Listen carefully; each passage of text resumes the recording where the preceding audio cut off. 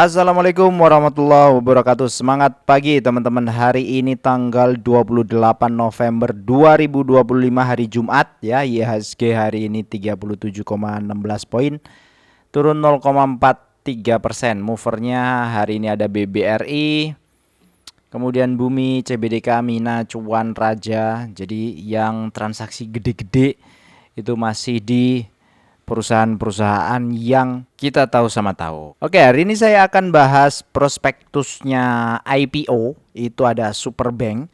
Jadi ini adalah channel yang membahas saham syariah secara fokus. Tapi karena ada IPO yang diminta sama teman-teman untuk bahas, ada dua yang kemarin saya bahas. Pertama adalah RLCO, itu juga bukan syariah secara status per sekarang ya, itu bisa berubah ya, syariah atau tidak syariah itu bisa berubah setiap waktu. Kemudian Superbank ini ya pasti juga bukan, karena ini adalah bank digital. Tapi nggak apa-apa, kita coba bahas dari view bagaimana IPO itu diharapkan atau mempengaruhi persepsi kita terhadap perusahaan itu. Oke, Superbank Indonesia ini bergerak di bidang usaha jasa perbankan, dan nominal saham yang ada di laporan keuangannya itu adalah 100, dijual sekitar 525 sampai 695.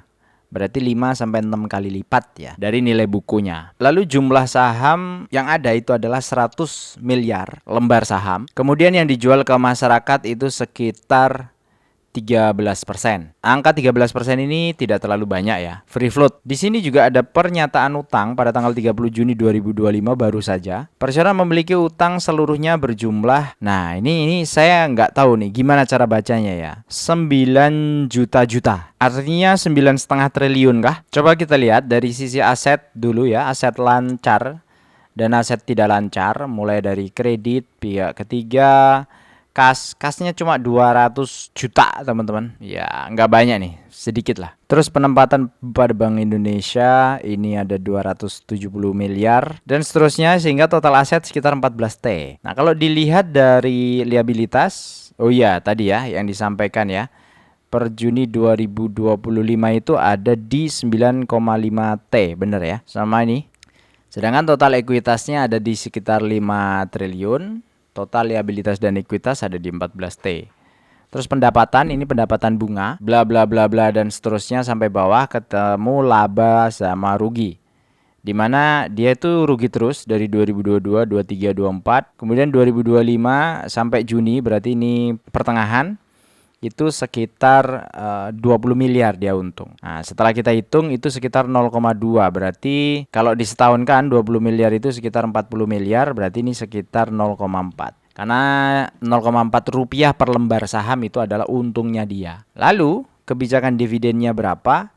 Dilihat di sini. Dia akan bagi dividen sekitar 85% dari laba bersih tahun berjalan. Artinya kalau keuntungan tadi itu mau dibagikan secara dividen, 0,4 kali 0,85 sama dengan 0,34 dibagi 525 ya. Nah itu dividennya sama dengan 0,006%, nggak nyampe 0,1. Lah dia sekarang itu kemitraan bisnisnya itu dengan Grab dan OVO. Nah rencana alokasi dana IPO-nya itu 70% untuk modal kerja, 30% untuk mendukung kegiatan perseroan. Nah, potensi market cap-nya 17 triliun potensi ya. PE-nya nggak terhitung karena minus, PBV-nya 2 kali. Nah ini market share itu dibandingkan dengan yang lain, ada Cbank, ada Arto, dan ini ada Supa. Supa itu 9,5%.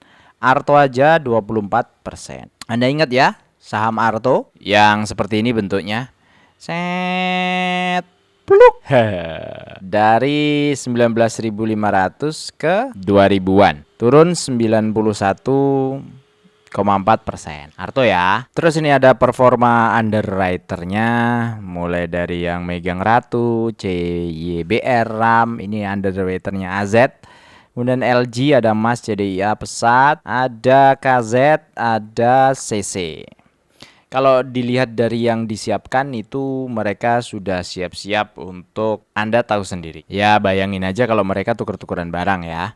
4 itu fleksibel sekali. Nah saya kira gitu. Jadi sudah jelas si saham ini kalau ngelihat dari sisi fundamental tidak banyak yang kita harapkan Walaupun apapun yang diomongin ya, wah potensinya begini, tapi karena bank digital itu dia sudah banyak sekali. Sekarang kan bank digital ada BCA punya digital bank, kemudian siapa lagi? Bank Jago, kemudian apa lagi? Banyak lah bank digital. Nah, dengan kondisi dia seperti ini, walaupun dia ke Grab, ada di Grab dan OVO secara partner, menurut saya potensinya berat ya. Berat sekali. Saya sendiri pasti nggak masuk di sini karena ini bukan saham syariah, ya termasuk yang kemarin. Saya juga nggak masuk RLCO, ya biarin aja lah, karena posisinya juga secara fundamental tidak menarik. Jadi ya kita santai-santai aja, jual beli yang sesuai dengan apa yang sudah kita planningkan atau list. Saya kira cukup untuk hari ini, semoga bermanfaat. Besok kita akan coba bahas mengenai laporan keuangan. Jadi konten besok kayaknya lebih ke mencoba melihat ciri-ciri khusus sebuah perusahaan yang masih berprospek atau berat untuk berprospek. Terima kasih. Assalamualaikum warahmatullahi wabarakatuh.